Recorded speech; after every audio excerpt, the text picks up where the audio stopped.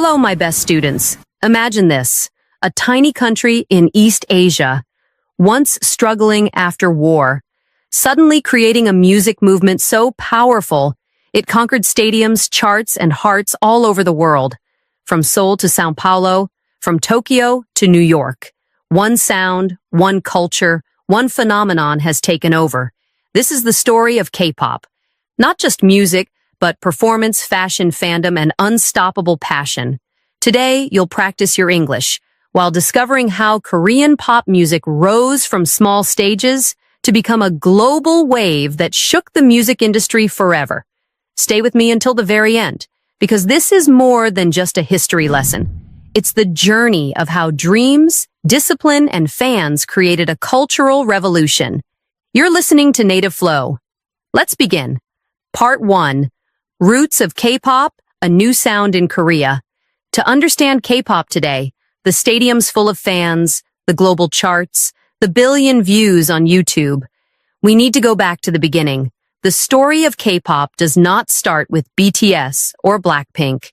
It begins decades earlier, in a Korea that looked very different from now.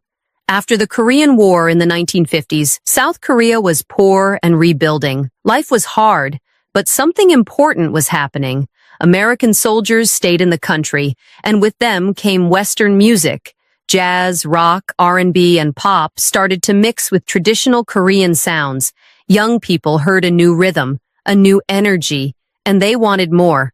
In the 1960s and 70s, Korean singers began experimenting. They mixed local instruments with guitars, drums, and Western melodies. This created a fresh sound, not yet K-pop, but a foundation. Artists like Cho Young-pil became national stars. He is sometimes called the national singer of Korea. His songs blended rock with Korean lyrics, and he became a cultural symbol. But still, music in Korea was controlled. The government censored lyrics and limited what could be played. Pop culture was restricted. So, the Korean music scene grew slowly. Everything began to change in the 1980s and early 90s. Korea was opening up, economically, politically, and culturally. TV was becoming more popular, and young people were hungry for something new. Western MTV-style pop was inspiring a new generation. And then, in 1992, a band came that would change everything.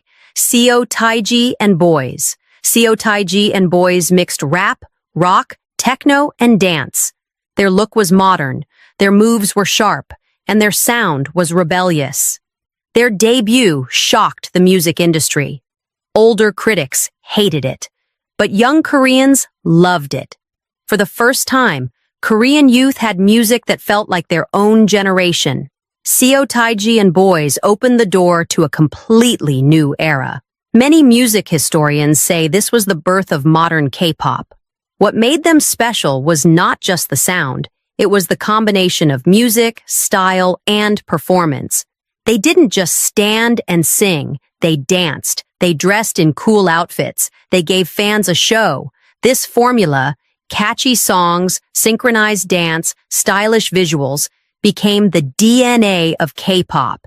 After their success, music companies saw the opportunity. They thought, if we can train young talents in singing, dancing, and style, we can create stars like Seo Taiji and Boys, but even bigger. This was the seed of the idol system. Entertainment agencies began recruiting teenagers, training them for years, and then debuting them in polished groups. But we'll talk about that system more in part 3. For now, let's stay in the early days. By the mid-1990s, new groups were forming. HOT debuted in 1996 under SM Entertainment. They are often called the first true K-pop idol group. HOT had everything: catchy music, dramatic fashion, strong fan culture. Their concerts filled arenas, and their fans screamed with loyalty. For the first time, Korean pop wasn't just music. It was an identity, a movement. HOT showed that young people would follow idols with passion. Other groups quickly followed. Sex Keys, FinKL, SES. These first-generation idols set the pattern. Multiple members, each with a different personality, designed to attract different types of fans. If you didn't like one member, you could like another. This created strong fan communities. During this time, fan culture in Korea began to grow. Fans organized clubs, bought coordinated fan items, and even started fan chants, shouting member names or lyrics together during concerts. This unique fan culture would later become one of the strongest weapons of K-pop worldwide.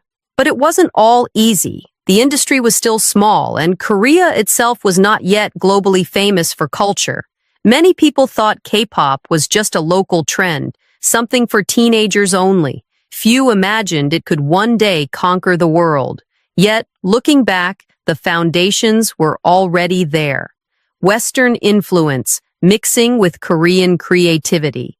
The idol system beginning to form, fan culture growing strong, music becoming not just sound, but a full performance. The roots of K-pop were planted in Korea's journey of recovery, modernization, and youthful energy. What started as experiments in the 70s and 80s exploded in the 90s with Seotaiji and HOT and set the stage for the global wave to come. In the next part, we'll explore how the 1990s and early 2000s shaped K-pop even more, and how the first idol generation built the blueprint for everything that followed. Part 2, the 1990s revolution and the rise of idol groups.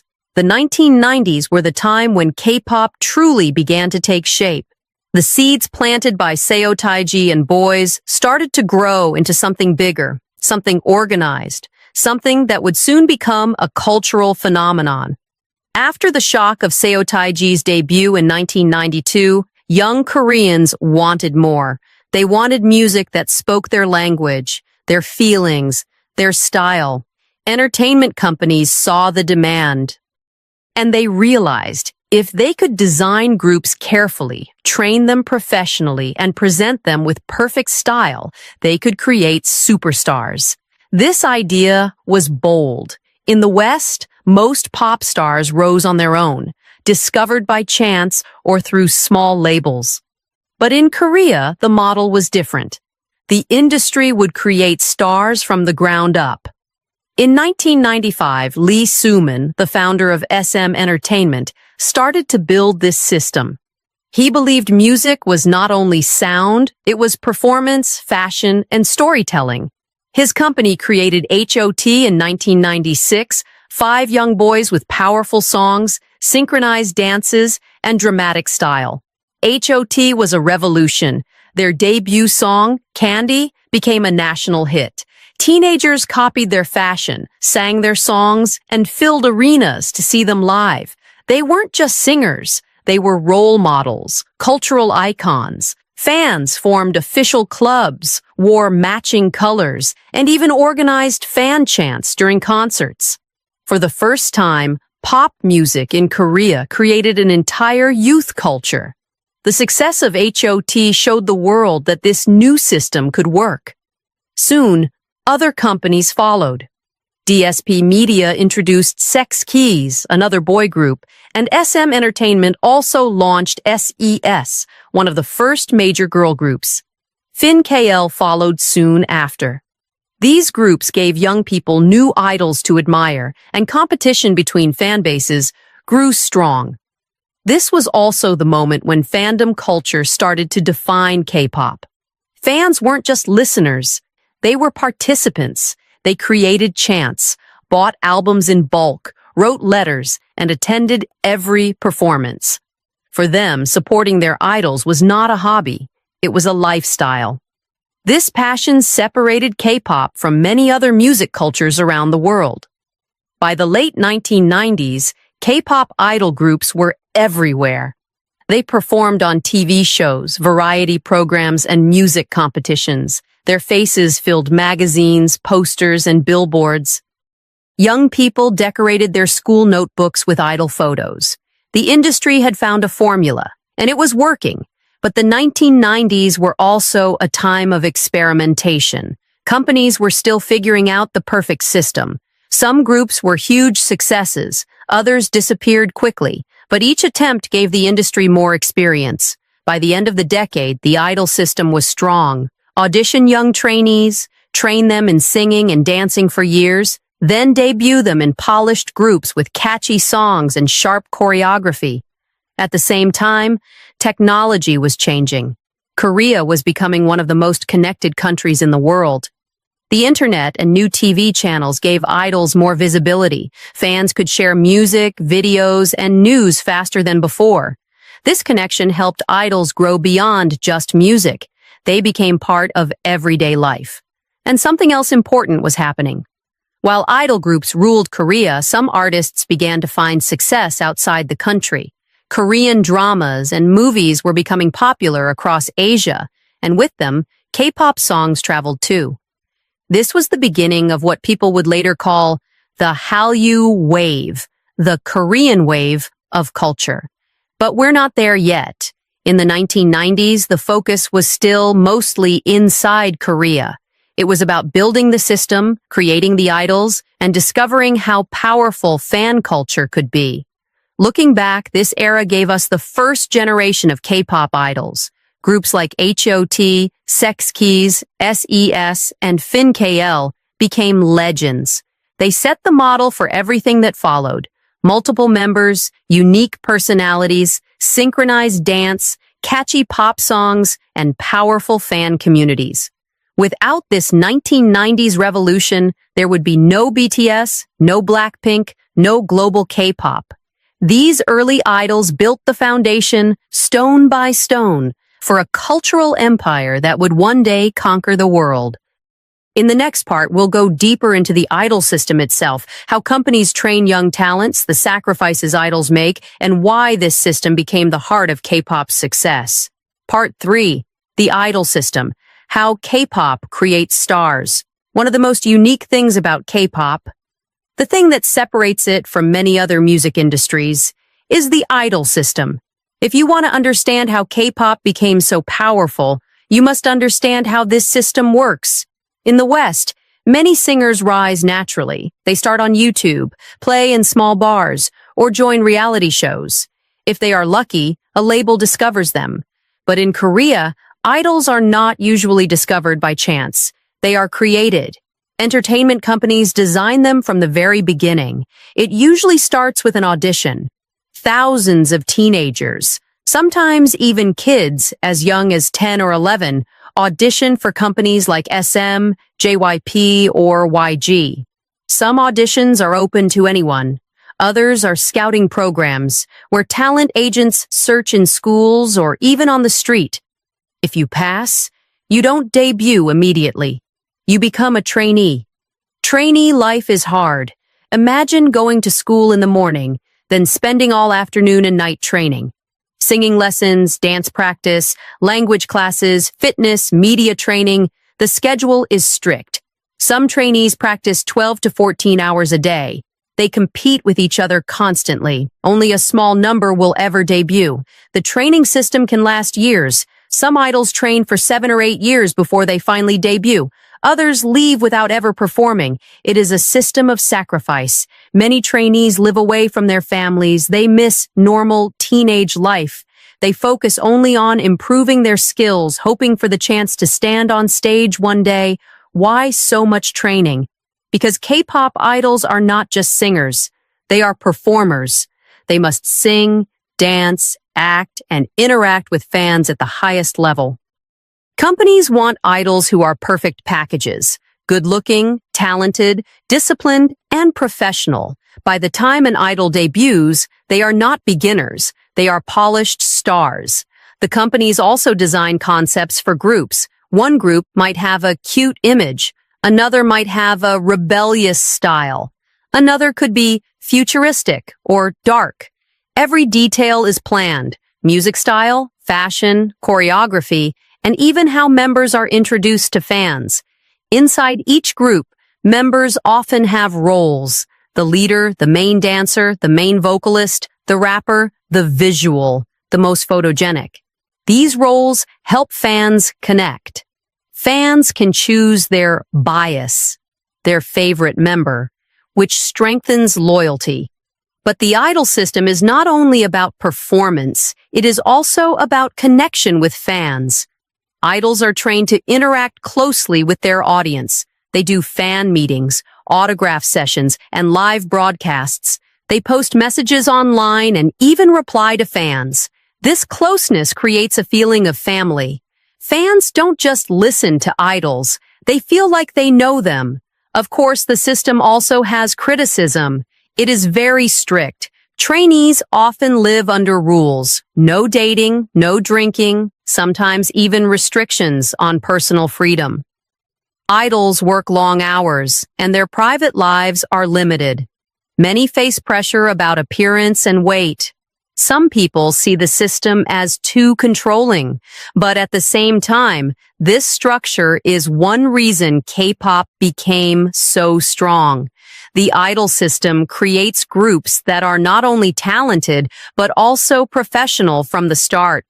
When they debut, they are ready to compete on a global level. Let's look at an example. TVXQ, a boy group from SM Entertainment, debuted in 2003. They trained for years before their first performance.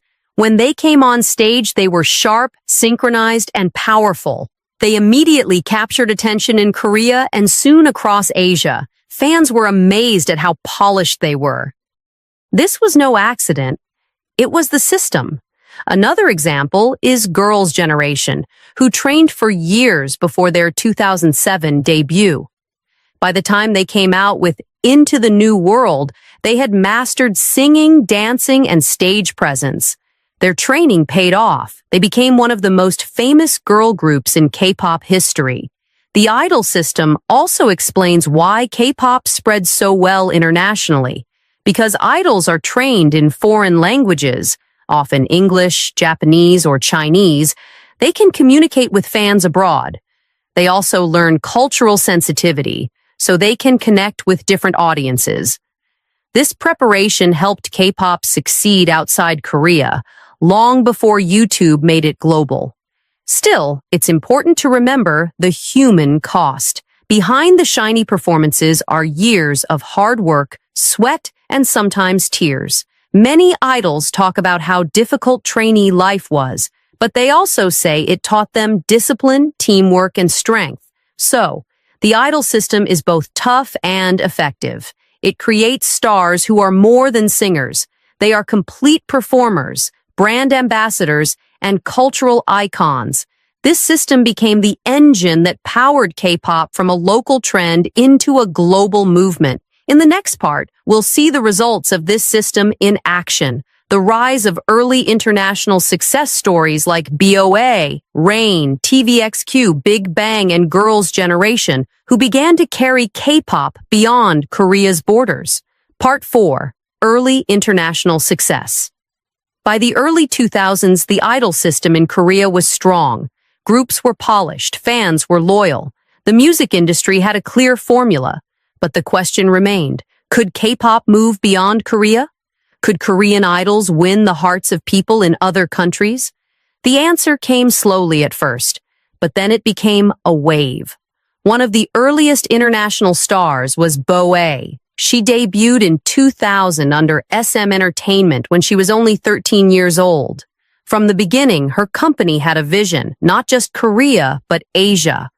BOA trained in Japanese, practiced endlessly, and in 2001, she released her first Japanese album. It was a huge success. She became one of the top-selling artists in Japan, which was the second largest music market in the world.